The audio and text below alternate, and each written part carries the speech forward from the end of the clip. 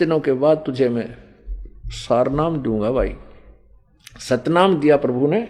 पहले प्रथम मंत्र दोबारा दिया कि तेरा नाम खंड था, पहले मंत्र जाप करिए पहला, और 5-4 कुछ समय के बाद मैं तुझे सतनाम दूंगा। सतनाम दिया। फिर बताया कि फिर तुझे एक सारनाम की आवश्यकता पड़ेगी। अब कुछ वर्षों के बाद जब वीर सिंह की आस्था काफी देखी, तब उसने कहा कि वीर सिंह आज मैं तुझे सारनाम देने आया हूं। सारनाम की महिमा से वो खूब परिचित करा दिया था और उसको तड़फ थी, चाह थी, सारनाम बिना गुजारा हो को नहीं और मोक्ष नहीं हो सकता। तो परमात्मा ने कहा कि आज तुझे मैं सारनाम देना चाहता हूं। वीर सिंह कहने लगा ये भगवान मारे भाग जाएंगे, ये कैसे दया करी प्रभु, आपका दास योग्य हो गया है, अवश्य प्रदान करो, दया करो मेरे दाता। क्यों पहले भी कई बार याचना कर चुका था, प्रभु कहते थे अभी भक्ति कर बेटा। कई वर्षों तक उसको ऐसे ही टाल मटोल रखा था। उस दिन भी उस वीर सिंह ने कहा प्रभु आपका दास नाम सारनाम के योग्य हो गया हो तो दया करो। प्रभु बोले आज दूंगा तेरे को सारनाम, पर भाई सारनाम देने के लिए मुझे एक वस्तु की जरूरत पड़ेगी, वो लानी पड़ेगी। अब वीर सिंह कहने लगा जी आदेश दो प्रभु, आपका दास हाजिर है। वो राजा वीर सिंह कहने लगा कि भाई एक सफेद वस्त्र चाहिएगा, मैंने सफेद कपड़ा, और वो आप ही तो अपने ही आंगन में उसकी कपास का पौधा बो रखा हो और स्वयं ही उसको काटा हो, चुगा हो, और वहाँ और अपने ही हाथ से उसको लोड कर उसका लोगड़ यानी उसको रुई बना करके स्वयं ही काटा हो, काट करके फिर स्वयं ही अपने हाथ से बुना हो, ऐसा कपड़ा चाहिए। पहले वो सफेद कपड़ा चाहिए। तो वीर सिंह कहने लगा जी थान के थान मंगा दूंगा, अगर ना ऐसे नहीं, ऐसा चाहिए। वीर सिंह बोला जी ऐसा तो नहीं है। परमात्मा बोले मैं बता दूंगा ऐसा है। कहाँ मिलेगा प्रभु?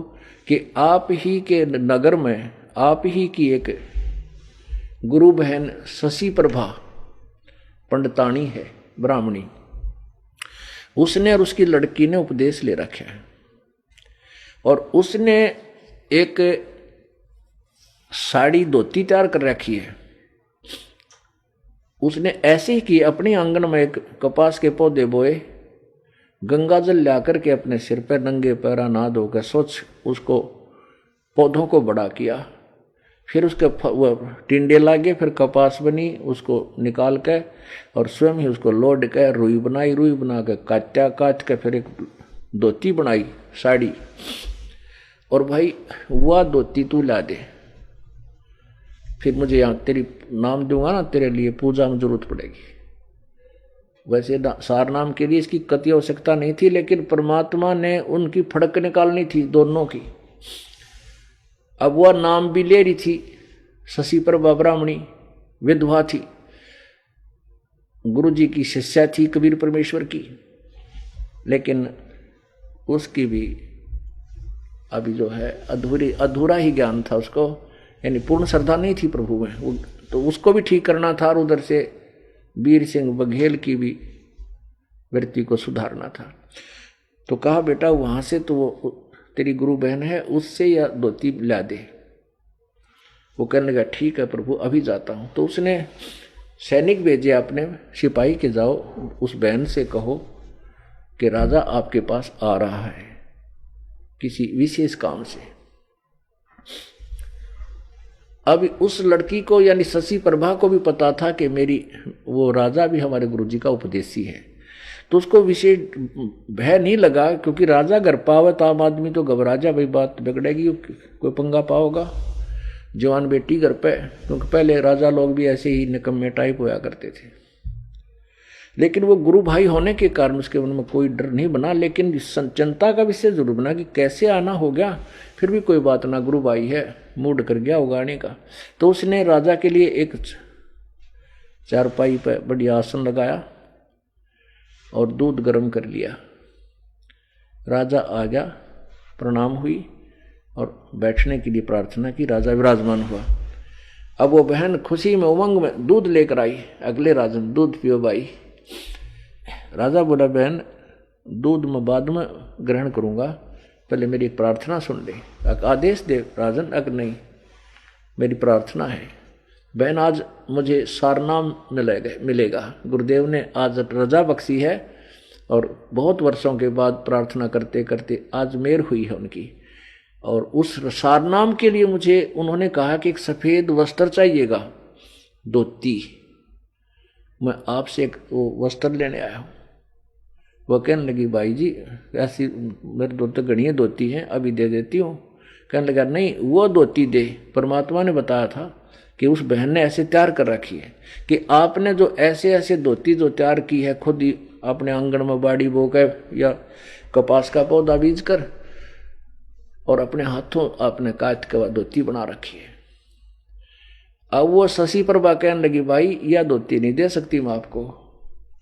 ये धोती तो मैंने, या साड़ी तो मैंने जगन्नाथ भगवान, जगन्नाथ जो पुरी में उस मंदिर में, उसके लिए भाई अपने हृदय के तार मैंने एक एक प्रेम का तार गाल रखे अपने भगवान के लिए, और उसका चढ़ा के आऊंगी मैं।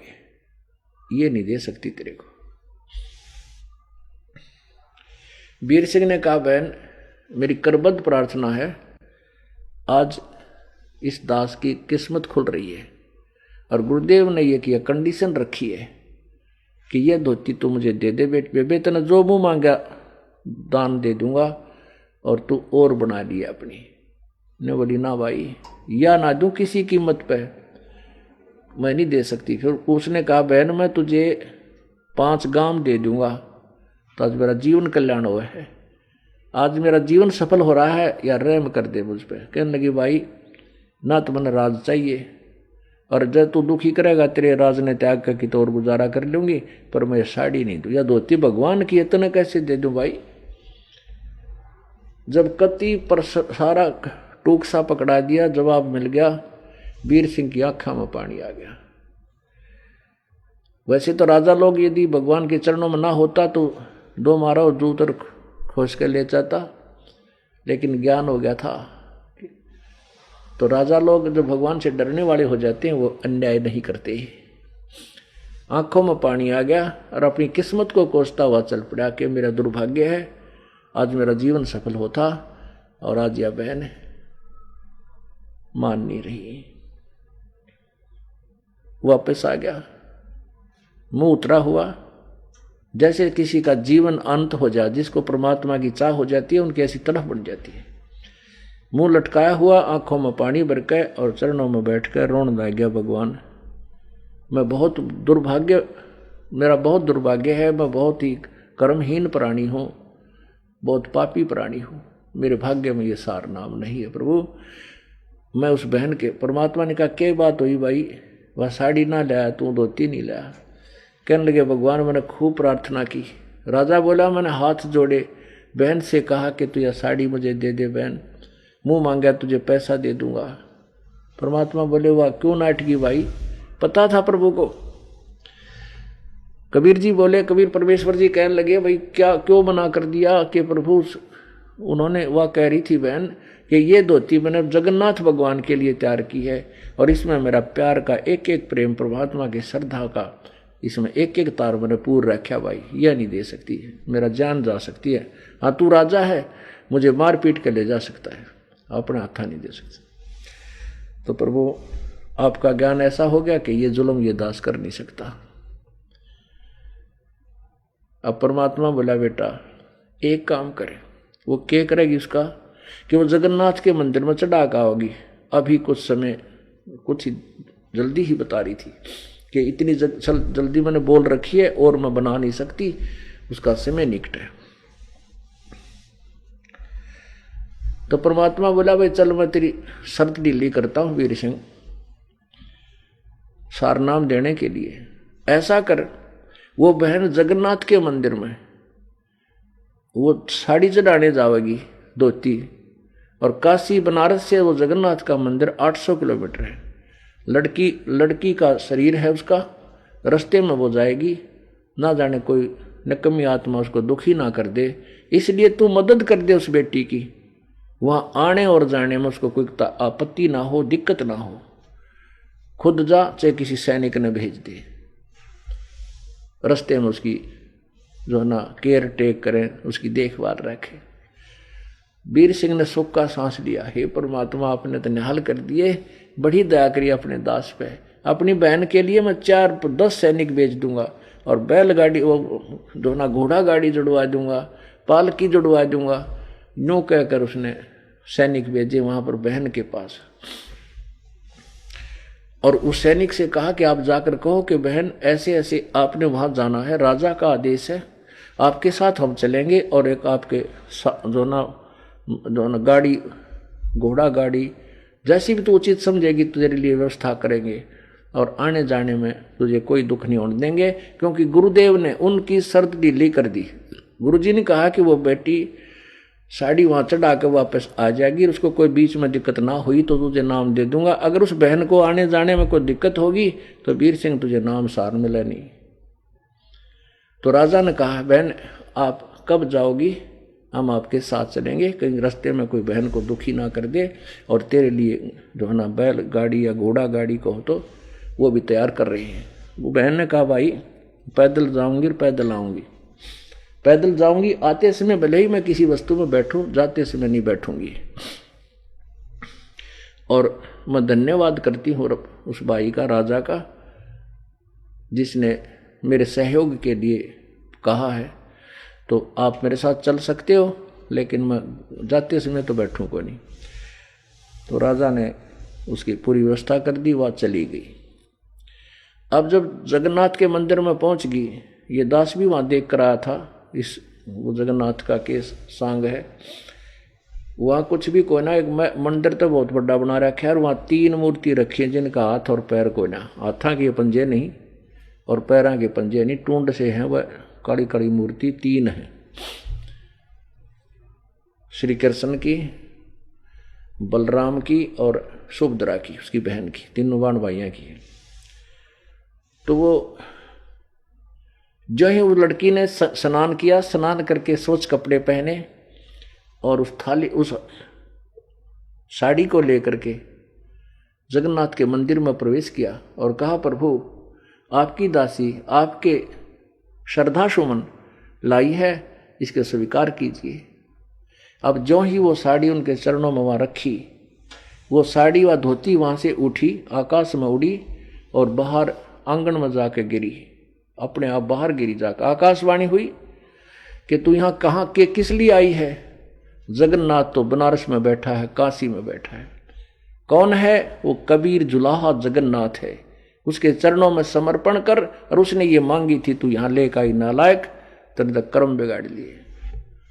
अब वो सारी कांप गई, तो तरह जब ये कबीर परमात्मा ये जगन्नाथ है, यही पूर्ण ब्रह्म है। आकाशवाणी सुनकर उसके रोंग रोंग खड़े हो गए, अपने कर्मा न रो रही है, हे भगवान फूटे बाग मेरे, वो कबीर साहब पूर्ण परमात्मा हमारे गुरु जी भगवान है। रोती हुई वापस आई, साथ में वो सैनिक।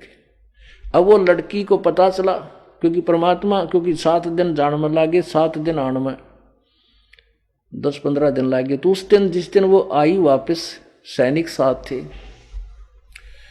उसको पता लगा कि कबीर परमात्मा वीर सिंह के घर पहुंच गए। तो लड़की सीधी वीर सिंह के घर पहुंची। अब इतनी बुरी तरह रो रही है, उसके सारा कपड़े भीज गए रोते रोते, और चरणों में गिर कर बुरी तरह रो रही है, फूट फूट कर इतनी बुरी तरह रो रही है कि कोई शब्द उसके मुख से निकल नहीं रहा, वो बता नहीं पा रही है और रो ही रही है। अब वीर सिंह को डर हो गया, उस राजा को भय हो गया, हे भगवान देख किसी फुटे वाग इस लड़की को कोई तकलीफ होगी, ये मुझे सार ना मिले नहीं। क्यों? भगवान ने कहा था कि बेटी को आने जाने में कोई तकलीफ नहीं होनी चाहिए, कोई दुख नहीं हो। उन सैनिकों ने एक तरफ ले गया, निकम्मो क्या हो गया, नो तो बता दो क्यों रो है बेटी, बहन क्यों रो रही है, तुमने तो नाश कर दिया, निकम्मो कहाँ मर गए थे तुम, क्या तकलीफ है इनको? तब उन्होंने फिर सारी कहानी बताई। कहने के राजन अपनी बहन को हमने हाथों पर रखा है, कोई तकलीफ नहीं होने दी, लेकिन वहाँ एक अजीब घटना घटी, हम भी साथ थे। जो ही इस बहन ने वह धोती समर्पण की जगन्नाथ के मंदिर में, वहां से उठ के वो बाहर आ गिरी आंगन में, और आकाशवाणी हुई कि वो भगवान तो वो जगन्नाथ तो बनारस में बैठा है और तू कहाँ लेकर आई नालायक, उसके चरणों में पड़ के अब माफी मांग ले। वो कबीर जुलाहा पूर्ण परमात्मा है। अब परमात्मा ने एक तीर से दो शिकार किए। ना तो वीर सिंह भगवान मान रहा था, नाम जरूर लेना चाहा था, ना वो नालायक पर पूजा कर बना रही गुरु पूजा पत्थर। वो कबीर साहब को गुरु मानती थी, भगवान नहीं, और भगवान मानो जगन्नाथ की उस मूर्ति ने, पत्थर ने। अब दोनों की फड़क निकालनी थी, दोनों का कल्याण किया। बोलो सतगुरुदेव। तो पुण्यात्माओं, यदि आपको भगवान चाहिए, सार नाम चाहिए, इतनी तड़फ, इतनी विनम्रता, इतनी इसकी चाह आपके हृदय में होगी, जब ये नाम काम करेगा। सत साहिब कर जोरूं विनती करूं, धरूं चरण पर शीस। गुरु राम देवानंद जी महाराज ने दियो नाम बख्शीश। कोटि कोटि सिजदा करूं, कोटि कोटि प्रणाम। चरण कमल में राखियो, मैं बांदी जाम गुलाम। कुत्ता तेरे दरबार का, मोतिया मेरा नाम। गले प्रेम की जेवड़ी, जहाँ खेचो वहाँ जाऊं मैं। तो करो तो बावड़ू, दूर दूर करो तो जाऊं। जो राखो तो ही रहूं, जो देवो सो खाऊं। जय इब के सतगुरु मिले, सब दुख आँखों रो। चरणों ऊपर शीस धरूं, कहूं जो कहनी हो। कबीर गुरु जी मिलेंगे, पूछेंगे कुशलात। आद अंत की सब कहूं, अपने दिल की बात। गुरु जी तुम ना भूलियो, चाहे लाख लोग मिल जाएं। हमसे तुमको बहुत है, तुमसे हमको नहीं। तुम्हारे विसारे क्या बने, मैं किसकी शरण में जाऊं। शिव वृंश मुनि नारदा, इनके हृदय न समाऊं। अब गुण किए तो बहुत किए, करत न मनिहार। बावे बंदा बख्श दियो, बावे गर्दन उतार। अब गुण मेरे बाप जी, बख्शो गरीब नवाज। जो मैं पूत कपूत हूँ, बोर पिता को लाज। मैं अपराधी जन्म का, नक्सक बरे विकार। तुम दाता दुख भंजना, मोरी करो संवार। अब गुण किए तो बहुत किए, करत न मानी आर। तुम दाता दुख भंजना, मेरी करो संवार।